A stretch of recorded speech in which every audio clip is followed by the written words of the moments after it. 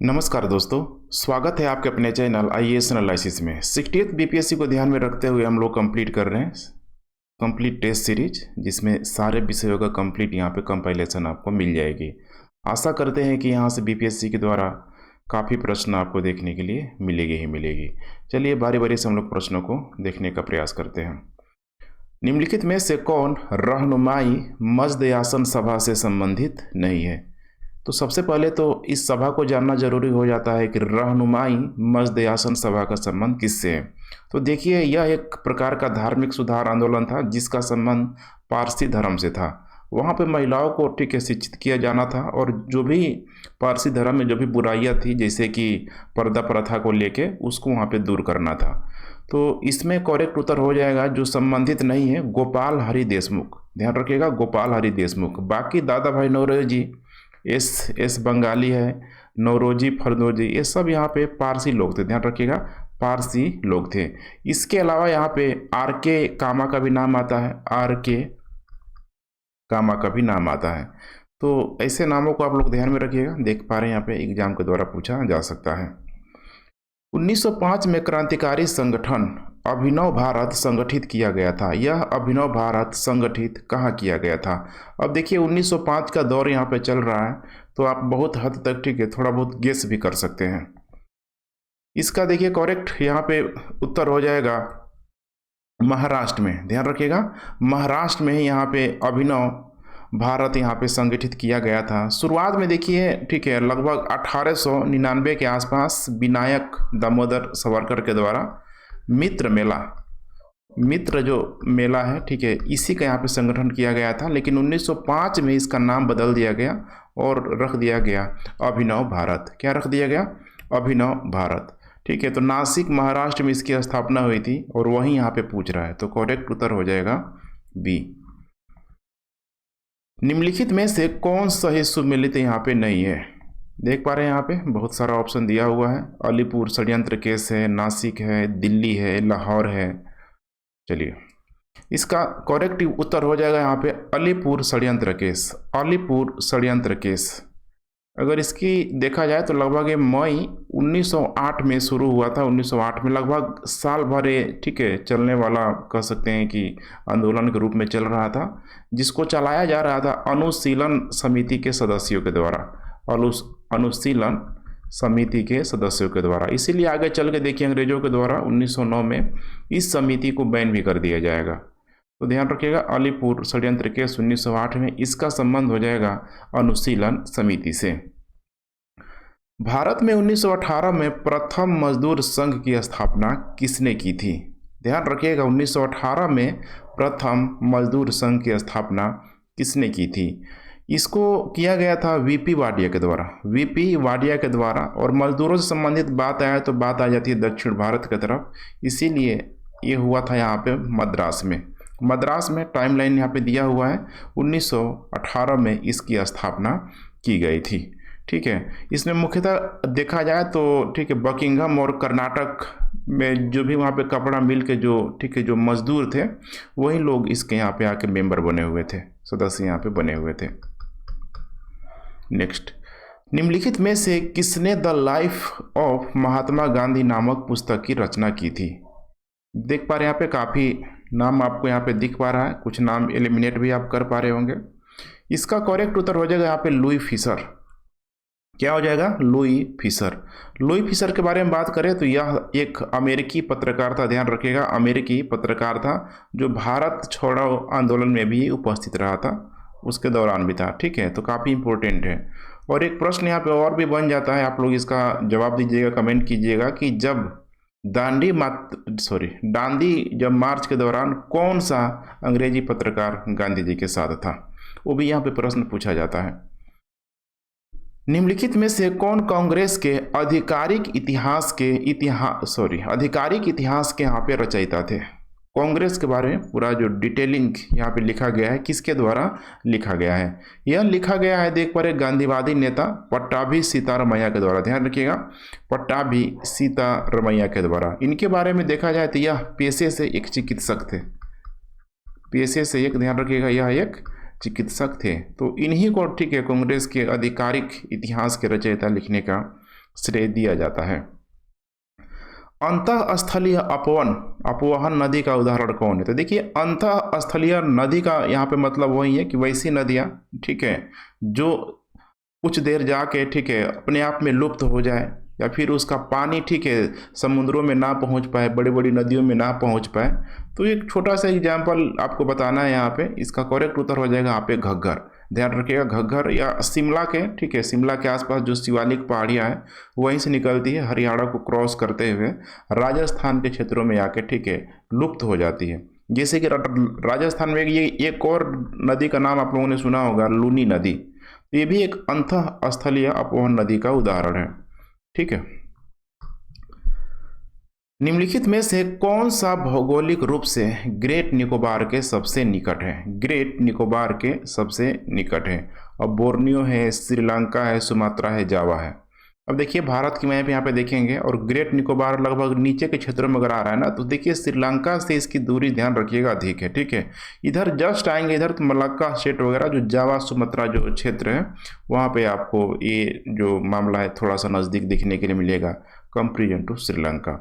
तो इसीलिए इसका करेक्ट उत्तर हो जाएगा यहाँ पे सुमात्रा। ध्यान रखिएगा सुमात्रा मलय, ठीक है, जो वहाँ पे द्वीप है, मलय द्वीप में सबसे बड़ा जो द्वीप है इसी सुमात्रा को यहाँ पे माना जाता है। और विश्व में देखा जाए तो सुमात्रा को 6 नंबर का सबसे बड़ा द्वीप माना जाता है। आप लोग, ठीक है, नीचे कमेंट जरूर कीजिएगा कि सबसे बड़ा द्वीप कौन सा है। ध्यान रखिएगा सबसे बड़ा द्वीप किसे जाना जाता है, इसको भी एग्जाम में पूछा जा चुका है। एक ऐसे क्षेत्र में जहां वार्षिक वर्षा 200 सेंटीमीटर से अधिक होती है और ढलाव पहाड़ी स्थल है, किसकी खेती यहाँ पे की जाती है? अभिष्ट खेती होगी। कंडीशन दे दिया है यहाँ पे, जो भी कंडीशन है यहाँ पे, ठीक है, खासकर वर्षा को लेके, और यहाँ पे भी कंडीशन दे दिया है कि ढलाव कैसा होगा, पहाड़ी होगा, ठीक है, बिल्कुल ही सीढ़ीनुमा खेत टाइप का आप समझ सकते हैं। तो इसमें जो कृषि यहाँ पे किया जाएगा, ठीक है, कौन सी फसलों का इसमें प्रोडक्शन होगा? इसमें यहाँ पे देखिए चाय का प्रोडक्शन यहाँ पे किया जाएगा। ध्यान रखिएगा चाय का प्रोडक्शन इसमें किया जाएगा सीढ़ीदार खेतों में, ठीक है। मूवी वगैरह में आप लोगों ने देखा होगा इस टाइप का, ठीक है, खूब बहुत शानदार नज़ारा होता है, पूरी ग्रीनरी क्षेत्र होती है। मरुद्भिद वनस्पति निम्नलिखित में से किसका विशिष्ट अभिलक्षण है? मरुद्भूमि वनस्पति। अब देखिए यहाँ पे पूर्वी घाट है, छोटा नागपुर पठार है कच्छ का, इसके बाद खासी पहाड़ का। अब यहाँ पे देखिए मरुद हुई, मतलब यहाँ पे मरुस्थलीय जो वनस्पति है कहाँ है आपको देखने के लिए मिलेगी? पूर्वी घाट में तो मिलेगी नहीं। छोटा नागपुर पठार में देखिए वहाँ पे, ठीक है, पठार ही पठार है वहाँ पे, तो मरुस्थल वहाँ भी नहीं आएगा। कच्छ देखिए सबसे यहाँ पे स्ट्रॉन्ग ऑप्शन हो रहा है, ठीक है, और करेक्ट भी है। खासी पहाड़ तो पूरा ग्रीनरी है वहाँ पे, वर्षा की मात्रा ऑलरेडी वहाँ पे बहुत अधिक होती है, तो करेक्ट उत्तर हो जाएगा यहाँ पे। ध्यान रखिएगा कच्छ के, ठीक है, क्षेत्रों में आपको देखने के लिए मिल जाएगी। वहीं पे जैसे नागफनी, ठीक है, नागफनी हो जाएगा, घिक्कर हो जाएगा, इसके अलावा थूहड़ आदि जो, ठीक है, थूहड़, ठीक है, नागफनी का तो नाम काफ़ी प्रचलित है, ठीक है। इसके अलावा आपको घिक्कर हो जाएगा, ये सब, ठीक है, नुकीले कांटेदार, ठीक है, पौधे होते हैं जो कि वहाँ पे आपको आमतौर पे देखने के लिए मिल जाएंगे। पौधों को सबसे अधिक पानी किस मिट्टी में मिलता है? किस मिट्टी में आप कह सकते हैं कि पौधे जो है पानी का कंज्यूम सबसे अधिक करते हैं? उसका नाम हो जाएगा यहाँ पे चिकनी मिट्टी। ध्यान रखिएगा चिकनी मिट्टी, ठीक है। चिकनी मिट्टी में चूंकि नमी धारण करने की क्षमता सबसे अधिक होती है, ठीक है, जो कि मतलब जो पानी होता है उसी से आता है, तो इसीलिए यहाँ पे जो पौधे हैं वहाँ पे देखेंगे तो आसानी से, ठीक है, बहुत शानदार तरीके से फलते फूलते हैं, ग्रोथ भी यहाँ पे काफ़ी अच्छा होता है। निम्नलिखित में से कौन सही सुमेलित है? एक तरफ मरुस्थल है, दूसरी तरफ देश दिया हुआ है। चलिए, सोनोरन मरुस्थल है संयुक्त राज्य अमेरिका में, बिल्कुल सही है। तकला मकान जो तो काफ़ी फेमस है चीन में। गिब्सन भी फेमस है, लेकिन ये ब्राज़ील में नहीं है, ध्यान रखिएगा, ये ऑस्ट्रेलिया में, ऑस्ट्रेलिया में, ठीक है। ऑस्ट्रेलिया का जो पश्चिमी जो क्षेत्र है वो मरुस्थली वाला क्षेत्र है, ये भी ध्यान रखिएगा, पूछा जा सकता है। तो पश्चिमी क्षेत्रों में बहुत सारा, ठीक है, मरुस्थलीय क्षेत्रों का नाम है, उसमें एक आ जाएगा गिब्सन भी। काराकोम हो जाएगा यहाँ पे तुर्कमेनिस्तान में, ठीक है, तो बिल्कुल ये भी सही है। चीन का जो वेस्टर्न साइड का जो इलाका है, ठीक है, जो भी वहाँ पे 15-15 जो संयुक्त, ठीक है, जो ठीक है मतलब रूस से टूट के यहाँ पे सोवियत रूस से टूट के जो अलग हुआ है वो सारा क्षेत्र देखेंगे तो वहाँ भी मरुस्थल के साथ साथ पहाड़ी इलाका भी आपको देखने के लिए मिल जाएगी। तो उसमें यही है काराकोरम तुर्कमेनिस्तान। मलक्का के जल ढमरू मध्य में से यात्रा करते हुए निम्नलिखित में से किस एक से होकर गुजरते हैं? जब यहाँ से मलक्का से ध्यान रखिएगा गुजरेंगे तो किस एक से होकर गुजरेंगे, तो जैसे देख पा रहे हैं यहाँ पे ठीक है यही इलाका है, ये स्टेट ऑफ मलक्का है यहाँ पे। तो नीचे जाएंगे तो जस्ट यहीं पे आपको सिंगापुर का ठीक है लोकेशन आपको देखने के लिए मिल जाएगा। सिंगापुर करेक्ट उत्तर हो जाएगा सिंगापुर। सिंगापुर को ही पूर्व का द्वार भी बोला जाता है, ध्यान रखिएगा पूर्व का द्वार भी बोला जाता है। निम्नलिखित में से कौन सी धारा दक्षिणी अटलांटिक महासागर में धाराओं के एक पूर्ण वृत्त के निर्माण में योगदान करती है? तो जैसे अगर मैंने यहाँ पे मैप बना दिया, सॉरी ठीक है कुछ इस टाइप का, ठीक है तो ये हो जाएगा आपका लगभग ठीक है ऑस्ट्रेलिया का मैप। उसी तरीके से ये है यहाँ पे ठीक है पूरी तरीके से जो ठीक दक्षिणी अमेरिका का मैप, ऊपर आपको ये इसी के आसपास विषुवत रेखा का क्षेत्र है। तो यहाँ पे पूछ रहा है कि कौन सी वृत्त पूर्ण वृत्त के निर्माण में योगदान नहीं देती है? ध्यान रखिएगा पूर्ण वृत्त के निर्माण में योगदान यहाँ पे नहीं देती है। तो यहाँ पे पूछ भी कह रहा है कि दक्षिणी अटलांटिक, तो दक्षिणी अटलांटिक का यही एरिया है, यहाँ पे ध्यान रखिएगा यही एरिया है ठीक है। तो इसमें करेक्ट उत्तर हो जाएगा यहाँ पे बेंगुएला धारा। ध्यान रखिएगा कौन सी धारा? बेंगुएला धारा, जो अफ्रीका का ये जो क्षेत्र है देख रहे हैं ना पश्चिमी क्षेत्रों से होकर ये गुजरती है ठीक है। तो करेक्ट उत्तर हो जाएगा यहाँ पे बेंगुएला जलधारा ठीक है। सॉरी यहाँ पे मैं गड़बड़ कर रहा हूँ, बेंगुएला नहीं होगा, देखिए बेंगुएला है ठीक है। बेंगुएला तो यहाँ से जाएगी ना, यहाँ से जब जाएगी तो इधर से हो जाएगा बेंगुएला जलधारा जो कि एक ठंडी जलधारा के रूप में रहेगी, और इधर से आएगा ब्राजीलियन जलधारा ठीक है। तो बिल्कुल एक सर्कुलेट आपको पूर्ण वृत्त आपको होता हुआ दिखाई दे रहा है। नहीं ठीक है बेंगुएला नहीं होगा ठीक है, मेरा कॉन्सेप्ट सही है। कनारी, देखिए कनारी जो जलधारा है आपको ऊपर देखने के लिए मिलेगी, तो इसीलिए करेक्ट उत्तर हो जाएगा यहाँ पे डी। ध्यान रखिएगा डी हो जाएगा, बाकी सब मिल जाएगा पश्चिमी पवन प्रवाह ब्राजील ठीक है, अभी मैंने मेंशन किया बेंगुएला। भारत में सबसे महत्वपूर्ण लघु स्तर उद्योग है, लघु स्तर उद्योग है कागज, वस्त्र उद्योग, हथकरघा, जूट उद्योग। तो जनरली आपको पता ही होना चाहिए, देख पा रहे हैं लघु स्तर उद्योग है, इसका करेक्ट उत्तर हो जाएगा हथकरघा उद्योग ठीक है हथकरघा। अब इसी को हैंडलूम को पावरलूम से जोड़ा जा रहा है, लेकिन यहाँ पे ऑप्शन दिया हुआ है हथकरघा उद्योग, इसीलिए यहाँ पे ठीक है करेक्ट उत्तर हो जाएगा यहाँ पे सी। प्राचीन काल से अगर देखा जाए ठीक है तो हथकरघा उद्योग काफ़ी प्रचलित में है, जैसे गांधी जी का चरखा भी एक हथकरघा उद्योग का एग्जाम्पल है। निम्नलिखित में से कौन पारिस्थितिक तंत्र के संदर्भ में सही नहीं है? पारिस्थितिक तंत्र के ठीक है संदर्भ में सही कह रहा है नहीं है ठीक है। इसकी अपनी स्वयं की उत्पादकता होती है, बिल्कुल सही है। यह प्राकृतिक संसाधन तंत्र होता है, बिल्कुल सही है। यह एक बंद तंत्र होता है, तो देखिए यह एक बंद जो तंत्र होता है यह ठीक है नहीं होता है, बल्कि एक खुला समझ रहे हैं ना ओपन आप कह सकते हैं कि जो तंत्र होता है जिसमें जल मंडल, स्थल मंडल, वायुमंडल ठीक है जैविक अजैविक जो भी यहाँ पे घटक होते हैं परस्पर एक साथ मिलके, ध्यान रखिएगा परस्पर एक साथ मिलके एक इकोसिस्टम में यहाँ पे रहते हैं, तो इसीलिए एक बंद तंत्र नहीं होगा, ध्यान रखिएगा ठीक है। करेक्ट उत्तर हो जाएगा यहाँ पे सी। यह अजैविक एवं जैविक घटकों से युक्त होता है, अभी मैंने मेंशन कर दिया, करेक्ट उत्तर हो जाएगा सी। निम्नलिखित में से किसका उपयोग पॉलीथीन के संश्लेषण में किया जाता है? निम्नलिखित में से किसका उपयोग पॉलीथीन के संश्लेषण में किया जाता है? ठीक है, देखिए उसके संश्लेषण में जो प्रयोग किया जाता है एथेन का, ध्यान रखिएगा एथेन का। ठीक है, पॉलीथीन जो होता है एथिलीन के उच्च ताप पर बहुलीकरण के फलस्वरूप ये मिल जाता है। ठीक है, तो एथेन ठीक है यहाँ पे करेक्ट उत्तर हो जाएगा। नेक्स्ट, जलवायु परिवर्तन का कारण निम्नलिखित में से कौन नहीं है? ठीक है, जलवायु परिवर्तन का कारण हरित गृह प्रभाव में परिवर्तन, बहुत सारा चेंजेज आ रहा है, बिल्कुल ये होगा। महाद्वीपों और महासागरों में ऊष्मन एवं शीतलन में अंतर, यहाँ पे देख पा रहे हैं ऊष्मन एवं शीतलन में अंतर, माने आपको नहीं लग रहा है कि दैनिक तापांतर की तरफ इंडिकेट कर रहा है, जो कि एक नेचुरल फिनोमिना के रूप में मौजूद है। तो यहाँ पे ठीक है इसका कोई इफेक्ट नहीं है।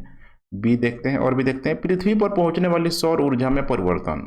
इसमें परिवर्तन हो सकता है, ठीक है। सौर ऊर्जा अगर नहीं आएगी तो पूरा जो समझ रहे ना हीट बजट का जो कंसेप्ट है पूरी तरीके से गड़बड़ हो जाएगी। पृथ्वी के वायुमंडल और सतह की परावर्तकता में परिवर्तन, ये भी ठीक है काफ़ी मायने रखता है, क्योंकि पृथ्वी का जो वायुमंडल है और सतह में, ठीक है, मैंने समझ रहे हैं ना, हीट बजट की परिकल्पना पे ही, ठीक है, इसको आप ट्रू साबित कर सकते हैं कि जितना सूर्य प्रकाश की रोशनी पृथ्वी पे आती है एक समय के बाद धीरे धीरे वो परिवर्तित होकर, ठीक है, लॉन्ग वेव रेडिएशन के रूप में वो चली जाती है वापस अंतरिक्ष में।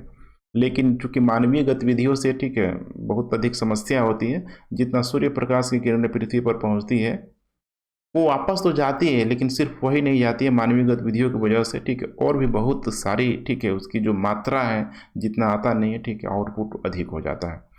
तो यहाँ पे, ठीक है, डी गलत हो जाएगा, ठीक है, सॉरी, कह रहा है कौन सही नहीं है, ठीक है, तो डी तो सही होगा, सी यहाँ पे, ठीक है, सॉरी सी नहीं होगा, बी, ठीक है, यही इसके वजह से यहाँ पे कोई चेंजेज आपको देखने के लिए नहीं मिलेगी।